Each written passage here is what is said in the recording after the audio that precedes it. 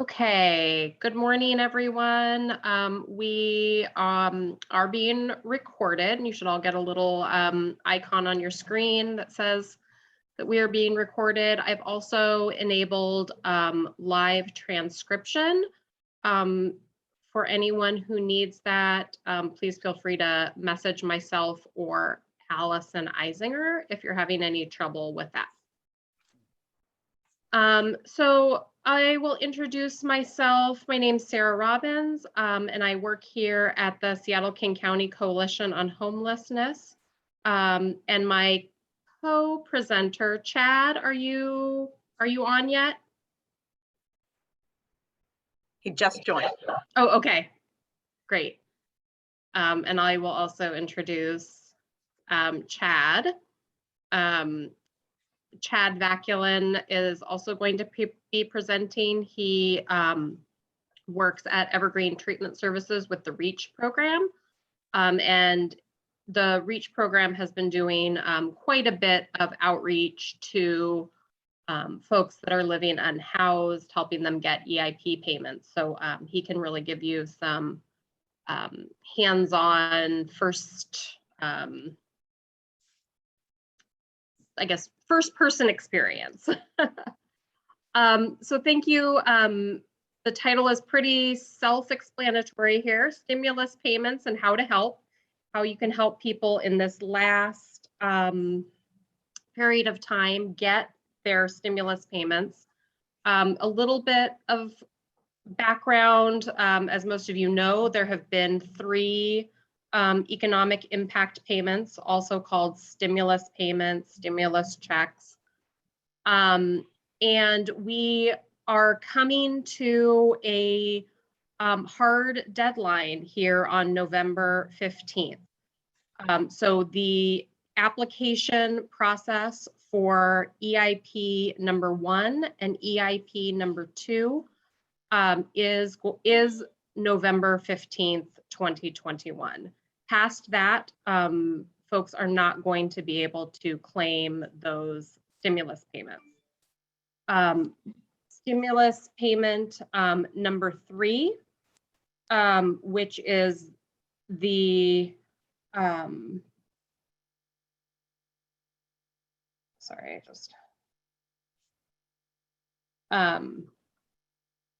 let me back up 1 minute. Allison, do you want to share our mission statement before we get too far into content?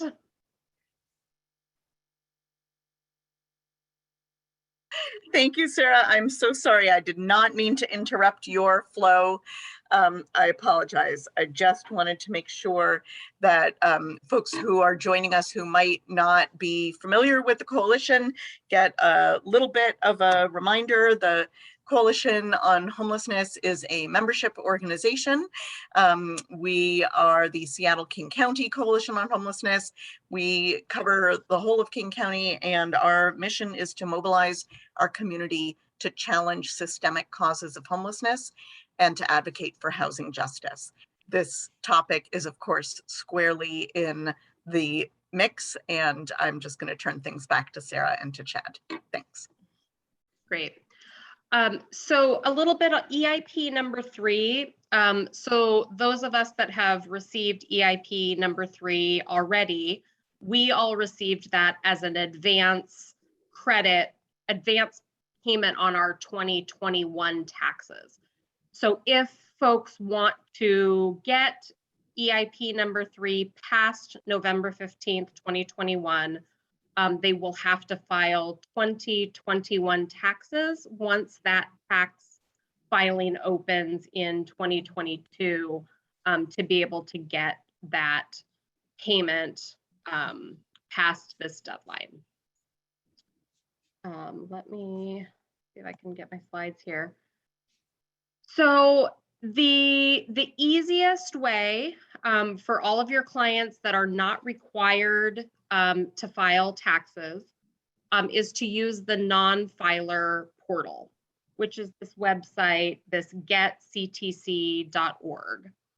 I will mention we're not going to talk in depth about it today, but this is also the website where families with children would file to get their child tax credit benefits as a monthly payment.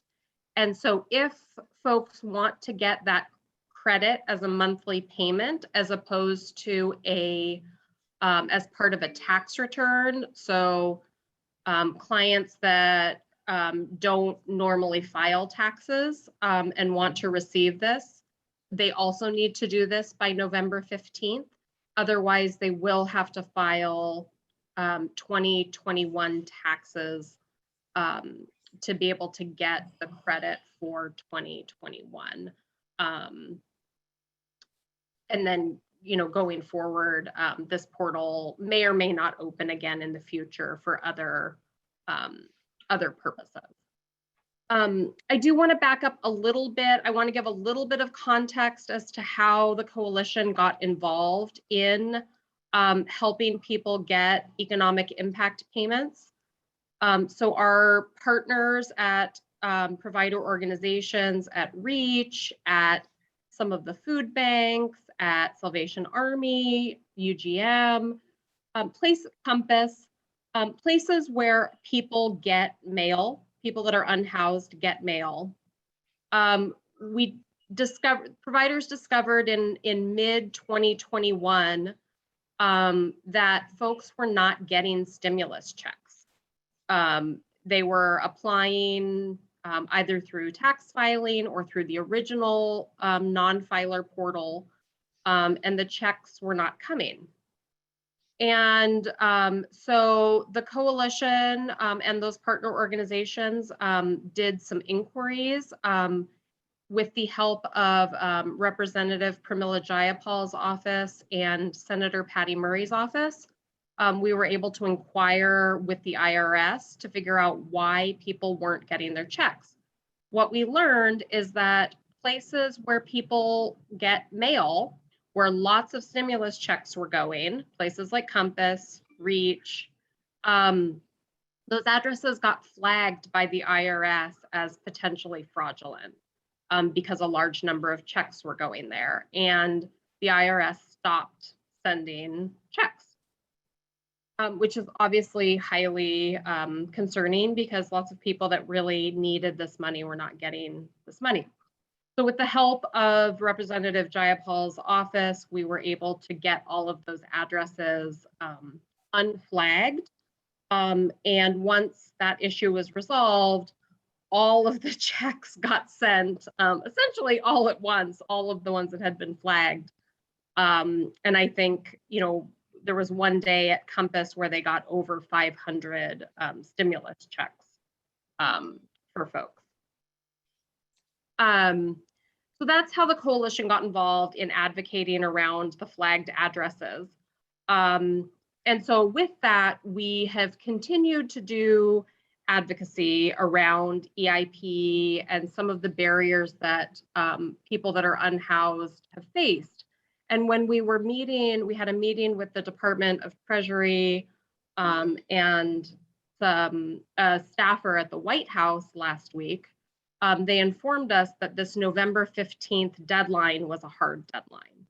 We were not aware that on November 15th, this portal is going to close.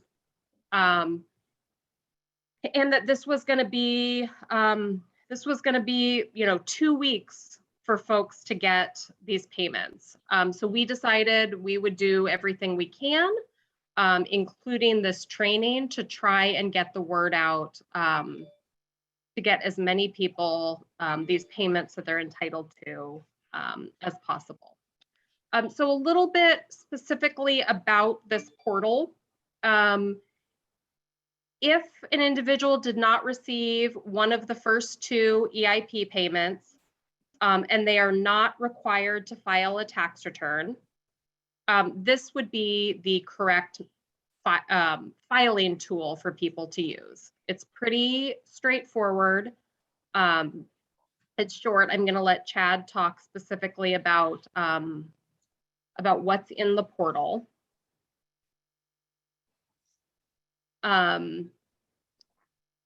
Yeah, I mean, actually, I'm going to hand it over to Chad now to talk specifically about what clients will need, and what the portal really looks like when you're doing it with clients, or how to tell clients about it.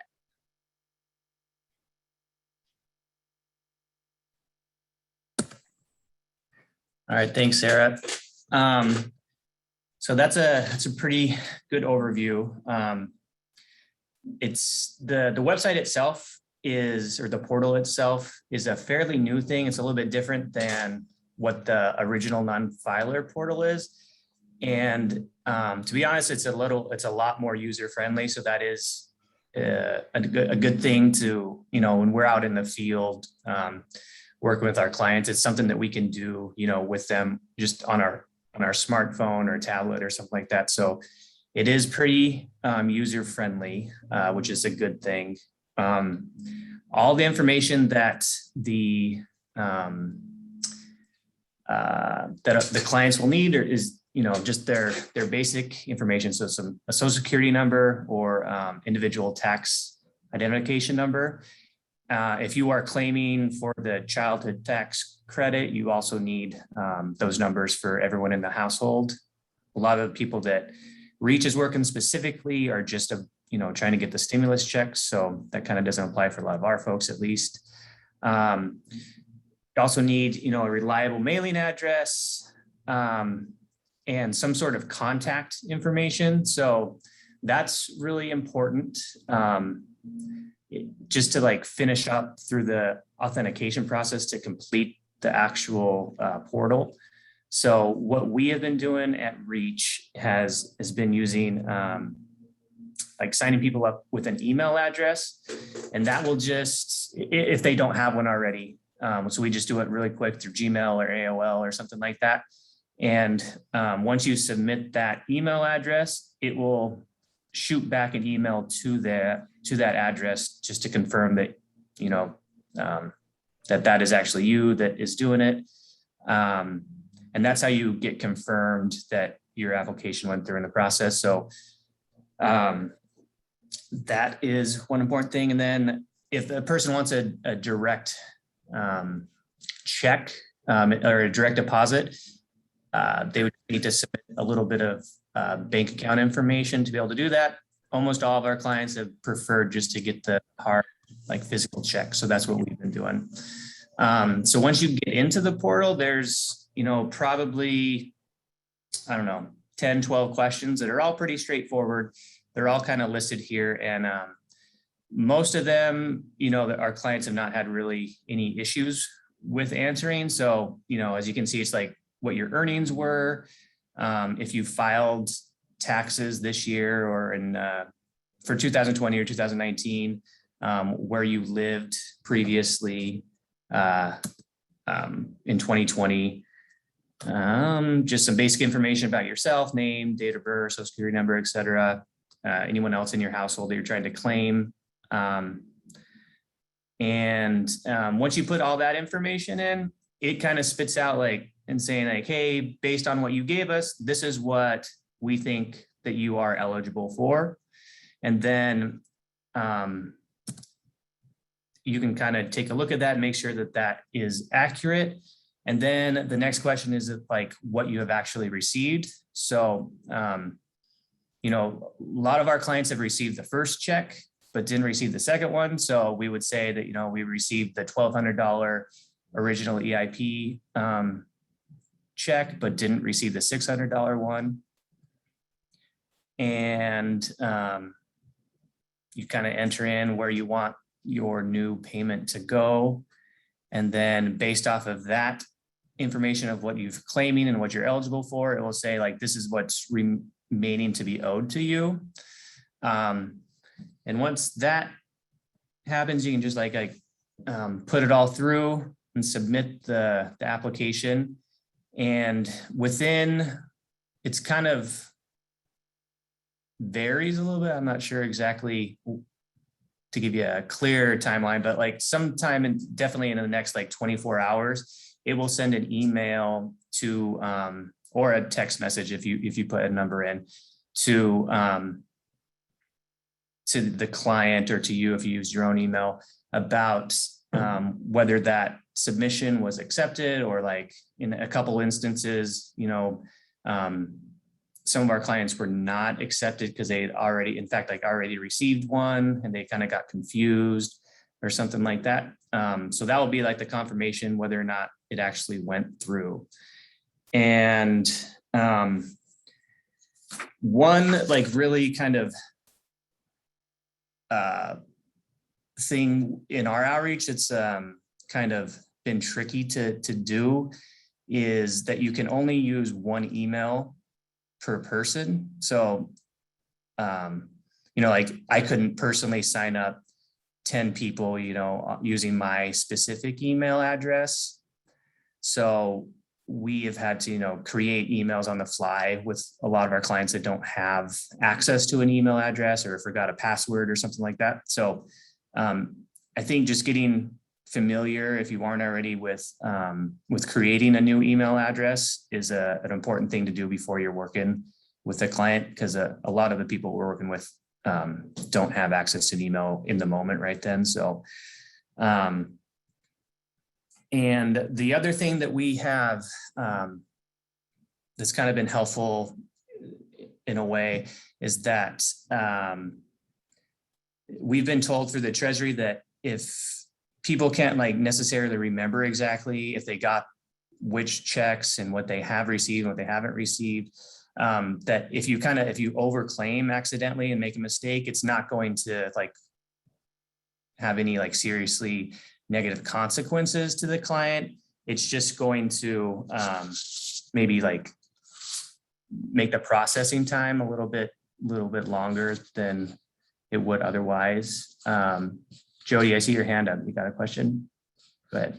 I'm just helping monitor the chat, Chad, and we do have somebody that's, I think, having a question that's similar to what you're speaking to now. But what if you don't remember or don't know if you or the client had filed a 2020 tax return? Yeah, so I will answer this. So it's a little bit unknown right now if the client actually filed a tax return as opposed to filed something in one of the non-filer tax portals. Most likely when they go into the portal, they're going to get a rejection from the portal based on the fact that taxes were filed. That's one question actually that we want to pose to the IRS and Treasury for people that get caught in that. Because often what happens is that people file their taxes, and if they're not folks that regularly file taxes, they often have to verify their identity or do some extra step with the IRS that they then get their tax return kind of gets stuck where they can't or haven't been able to provide the IRS with the information that they need. But if there's been a tax return filed, you actually can't use this non-filer portal. If someone has previously used the non-filer portal, but they didn't get the checks or they don't remember which checks, that's okay. And to use the portal and to the best of their memory, mark the ones that they think they didn't get. Again, we got assurance from Department of Treasury that someone won't get flagged for fraud if they overclaim the payments. Like Chad said, it may just slow down the processing because the IRS wants to verify that people aren't getting duplicate payments. So when we get a little bit more information, we'll send out some follow-up answers on some of these questions where there's when people get caught between a tax return and the non-filer portal. Did we have another question, Jody? We do. We have two. One is just a quick verification that and clarification that it's the www.get ctc.org/en or /es. That is the actual website to go to claim the stimulus if the client hasn't received one or more. So just verifying that that is the actual portal. Yes. So it's the portal that was created for child tax credit, but they added in the stimulus payments so that it was all in one place. So Great. yes, the correct address. Thank you. And then we've got another question, kind of comment in the chat that says, I've helped a lot of people file taxes over the past year to try and get their stimulus, and practically none have gotten stimulus checks as a result. Sometimes people will get a letter 6 months later from the IRS asking for proof of ID that they don't have. Other times it seems their stimulus card went to a past address that they don't have access to. Any recommendations? Yeah, I didn't include, we have a fair amount of, and I've got instructions on a couple of different things you can do. One, there's a way you can put a trace through the IRS to trace, if it's someone that just hasn't received payments, not the person that has to verify their identity. You can do a trace. It's a lengthy process to try and track down the payments. So that's one way. I would also be interested if you have more than one person that hasn't gotten their checks at the same address. I think we should double check that that is not an address that is flagged, and maybe email me separately. But this is again that scenario that we're going to have to get clarification from the Treasury. If someone filed the taxes, but it hasn't gone through because they have to verify their identity and they don't have the proper information to do that, they are then locked out of using the non-filer portal because it will flag them and say they've already filed taxes. So we need to get more clarification on what to do with those folks that are sort of stuck in that middle situation. But I also want to make sure that we don't have another address that might be flagged and that checks were returned.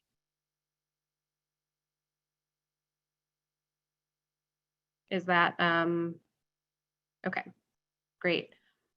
Chad, would you mind kind of giving us an overview of what Reach is doing over the next couple of weeks to get as many people signed up as they can? Yeah. So some of these things, aren't going to necessarily apply to everyone.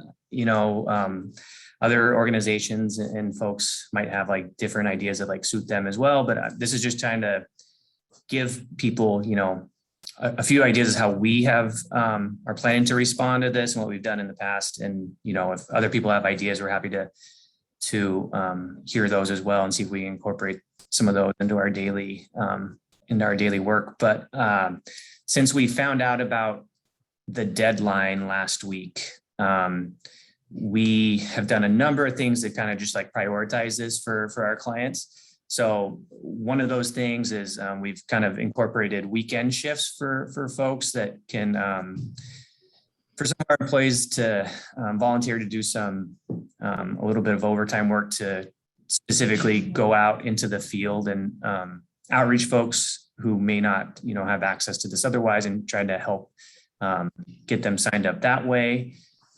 We've definitely incorporated just into our regular daily outreach, just like a really high focus on the stimulus checks and signing people up.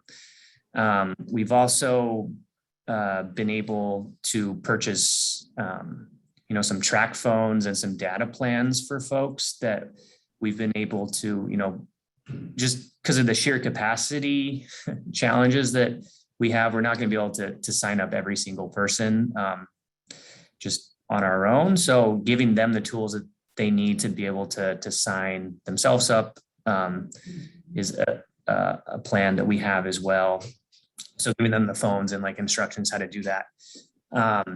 We've put up flyers in our offices, handed out those flyers to, different community partners that we're working with, and spread the word amongst, the clients at different in encampments or meal sites or things like that, to also encourage like their communities to make sure that they know about that as well. All our offices work a little bit differently, but a couple of our offices have, dedicated someone to specifically work with folks on the economic impact statements when they kind of walk up to our office to like check in with case managers or whatnot. So we're trying to set aside as much room as we can to like really focus on this for the next, week and a half until the deadline's up. So yeah, that's kind of where we're at right now. But if anyone has any other ideas, I'd be happy to hear that. Great, thank you so much, Chad. And in that, along those lines, the Seattle King County Coalition on Homelessness has a small amount of resources that we can potentially, your organizations can potentially access. So we have some PPE, including masks, gloves, and hand sanitizer. If any of your outreach teams or staff or volunteers need some additional PPE to be able to go out into the field to help folks, or in a day center, those kinds of places. We have a very small amount of cell phones with data plans that we can lend out. These are to be used, for staff or volunteers. They do have to be returned. These aren't phones that, that we're able to lend to individuals or clients to sign up on their own. We have paper flyers if you want some for your offices, day centers, shelters, outreach. We can get those to you. We also have some volunteers. These are volunteers that have volunteered through the VITA tax clinics with United Way. So people that have some experience, doing with the IRS, with tax forms. We do have some volunteers that are willing to do some in-person assistance. The one caveat with the volunteers is that someone will have to either be able to verify their identity with ID, or there has to be a staff person that's able to verify the ID or identity of the person for that volunteer to be able to assist. So if your organization needs any of these resources, you can send me an email directly. And I believe my email is in the chat, and we can put it in there again. Email me and we can connect you with some of those resources. Allison? I just wanted to note, I put a PDF of the flyer in the chat, and we have 1,000 hard copies of them that we want to give to you to get out into the community. So among the things that we're hoping you will figure out with your fellow staff and volunteers is how to physically either get to our office in Pioneer Square or coordinate with us for picking these items up. Great, thanks, Allison. So this is, again, the PDF, Allison put a PDF in the chat. This is what our flyer looks like. We tried to keep it very simple. It's got the website, the deadline, and what folks will need to complete. And again, we have hard copies for these if you want them. And then these are a couple of questions that we've seen come up a couple of times. Like we said, if individuals don't remember which EIP payments they got specifically, that's okay. They can mark what they think they did not get in the portal, and there is not a risk of it being flagged as fraud. That was a concern, especially for me. I'm a public benefits attorney, and oftentimes in these types of scenarios, things like that can flag people for in other benefits for fraud, but we've been assured in this case it's not. Is there a way to quickly look up, based on Social Security number, which EIPs someone has received? The answer is maybe. So there is a website on irs.gov where theoretically someone can put in their Social Security number and their information and look up exactly which EIPs they've gotten. This is where we have run into difficulties with verifying identity. This site is going to ask clients a series of questions to verify their identity. And these are going to potentially be things like, what is the name of the street that you lived on in 1995? What is the name of the company that you worked for in January of 2001? And these are not always questions that clients are able to remember or have the answers to. And if you don't have the answers to these questions, you get locked out of the system and cannot access this information.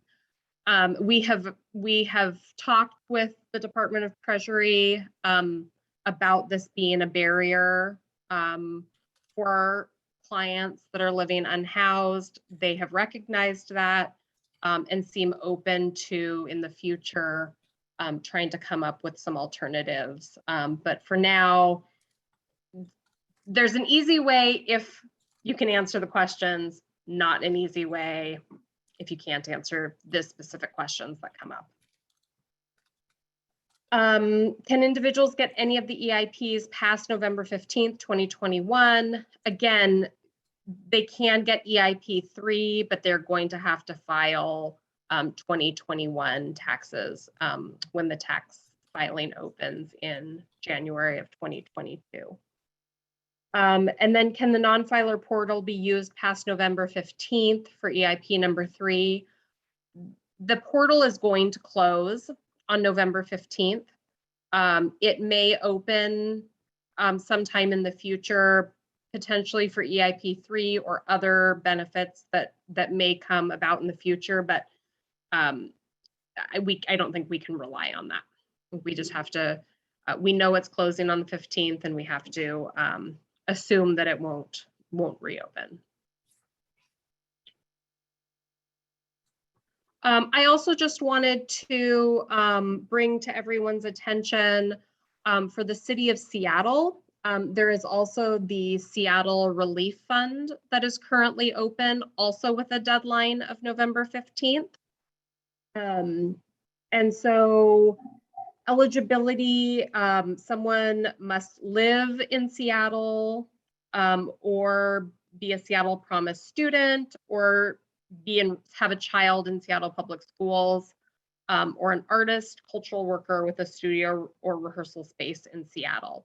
So this is also for a single person. This is also potentially a $1,000 cash grant. It can be higher for multiple people living in a household. So for a married couple or for someone with children.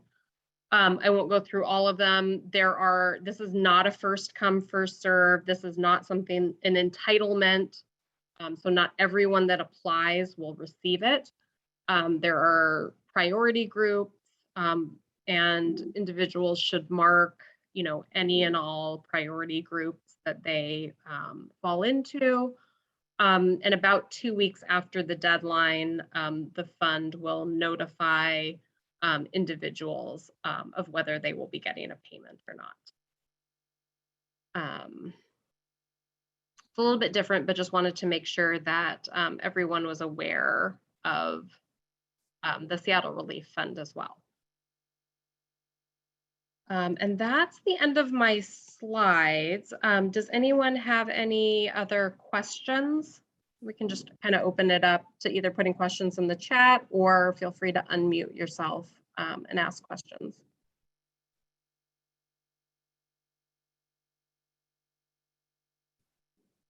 Yeah, I just wanted to add one more thing that I forgot to. At the end, during the CTC portal, like once you submit everything, it will give you kind of like a breakdown of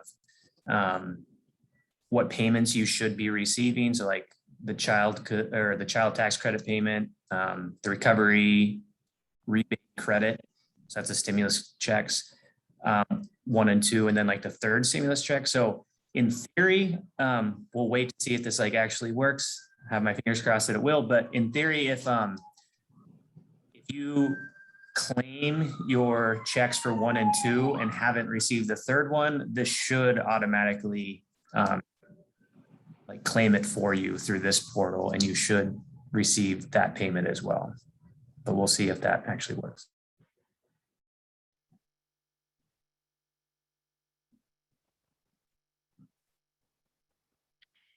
Oh, go ahead.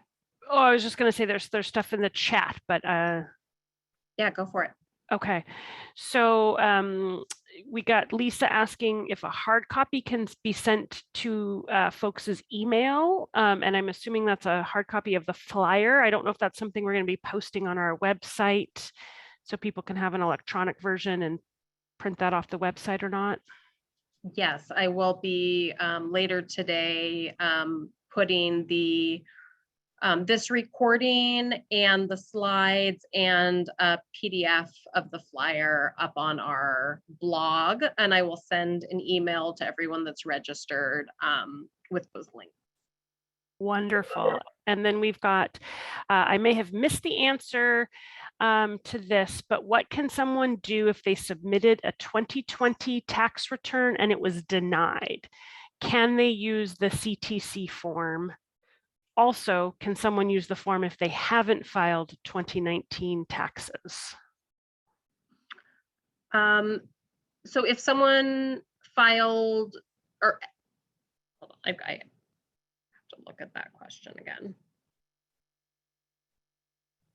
So if someone filed 2020 taxes and it was denied, can they use the portal?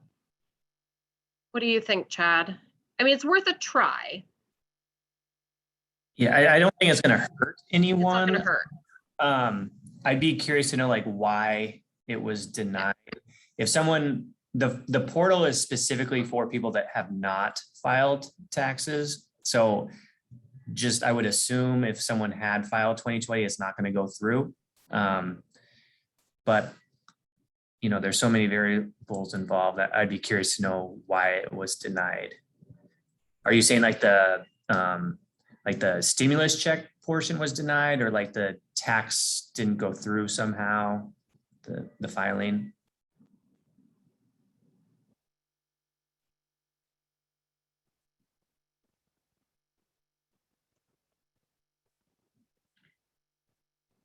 So it says the person earns $9.5 thousand a year, and I didn't help him file taxes. He said it was a dispute between the IRS and SSA.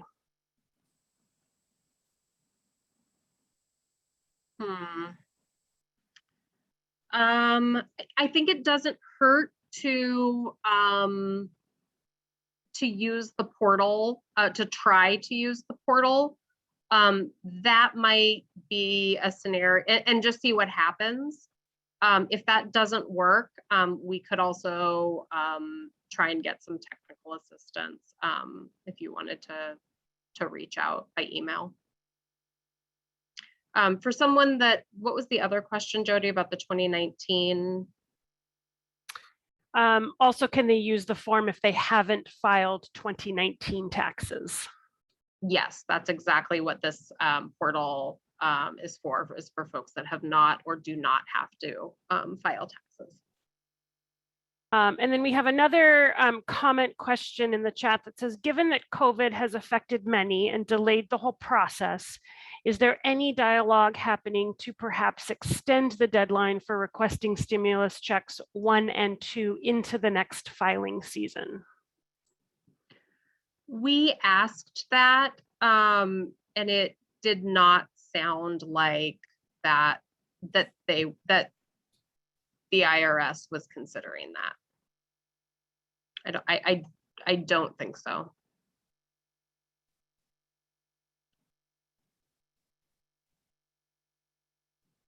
And that catches us up on the chat, unless we've got folks that are entering their information. Allison? I wanted to just build on, because that's such an obvious need. And I think it's not for lack of understanding that it would be really helpful. I've just been poking around online and I did see a date of November 21st listed somewhere. So I'm going to share that with you, Sarah, and see if we can get That. I'm pretty sure it says 2020. Thank you very much. Okay, that would make sense.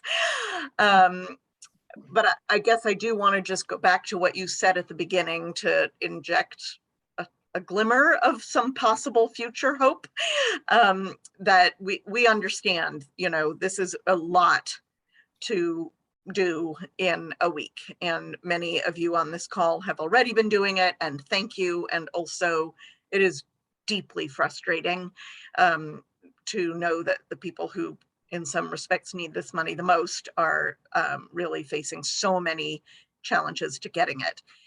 We did have a very exciting invitation, I would say, from the senior White House advisor to the president on ARPA, Gene Sperling, to work together to improve access in future. And while that might strike some as sounding like, you know, so sorry, we can't help you right now, it'll be different later.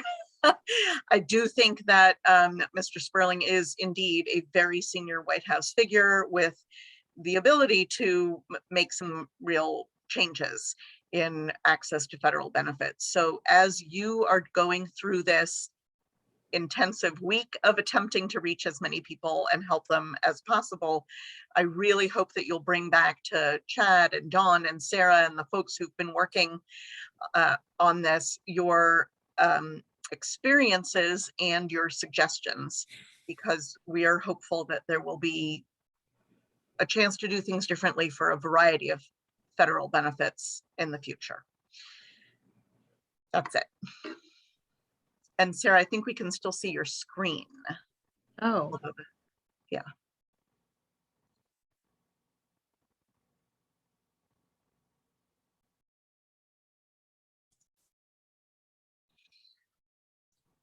Oh, and now you're muted, Sarah.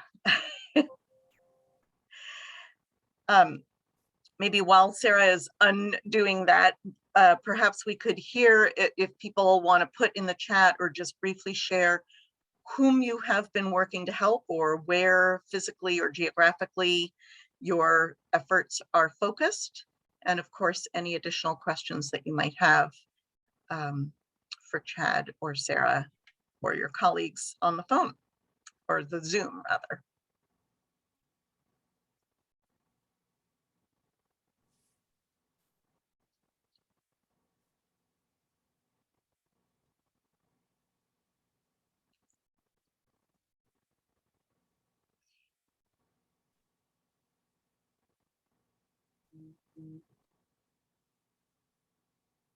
sorry, my whole Zoom thing is frozen. So I can't actually click anything. Sorry. That's covered. But happy to, yes, I agree with Allison. Advocacy, I think going forward, we have a very good platform federally to give our feedback and input for this type of thing in the future. And if folks have ideas on how, you know, things can be changed or strengthened, either, getting the word out, simplified, please feel free to email me, and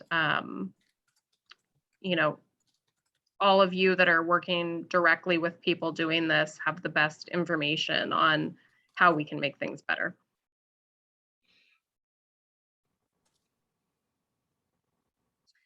And I know there are folks, a number of people who reach, who've been doing this for months and months and months. We definitely want to capture your experiences and your wisdom. Some of you, I see there are some folks here who are connected to housing. And so we hope, of course, that if you're helping people who have stable homes, it's not necessarily super easy, but you will have the ability to do that in an easier way than somebody who's trying to figure this all out under an umbrella in the field. But would love to hear experiences from Plymouth and from other housing providers as well. It seems not out of the question that there could be additional stimulus payments in the future.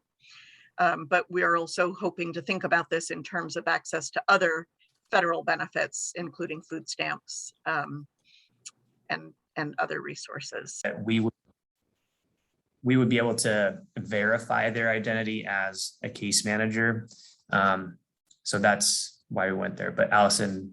That's so interesting to hear, Chad. I mean, of course, Money Tree is, charges just appalling fees and rates, but it's really interesting to know that they will accommodate people who don't have IDs. Express Credit Union is an entity that was established actually with support from the United Way of King County years ago, and they specialize in being extremely flexible and accessible to people with low incomes or no income. And I think it's probably a great idea if we get them to come do a little presentation maybe in the future and just give you additional options to use with the clients you're working with. And then I see Susan Trong has shared both Express Credit Union and BECU. And then of course, Compass Housing Alliance has a client services office, which is a non-banking financial institution. They charge much more reasonable, very modest fees. And although they do require people to have ID, they're pretty flexible in terms of what kind of ID. It doesn't necessarily have to be government issued photo ID, at least last I checked. So those are some options that I hope help the person who asked the question.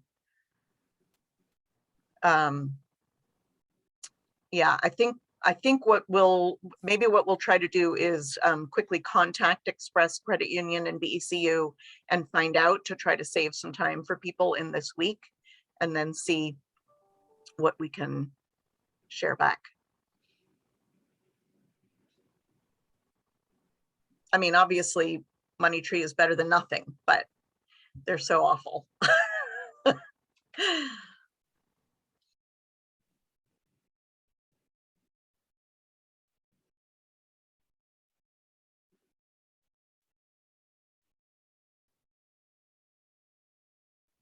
Any other questions? The other thing I would kind of add to the cashing a check thing is some of our clients have,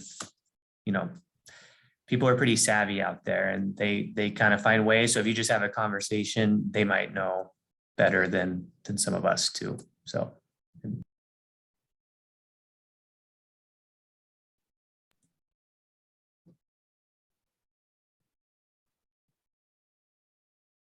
I know some of the big stores now have check cashing as well. I don't know exactly what the process is, but I know like Walmart and some of those places also have check cashing. And from what I've heard, their fees aren't as outrageous either.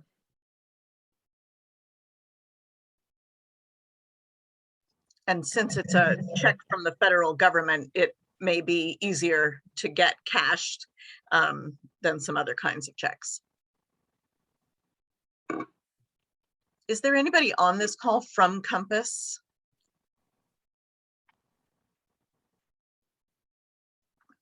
Okay.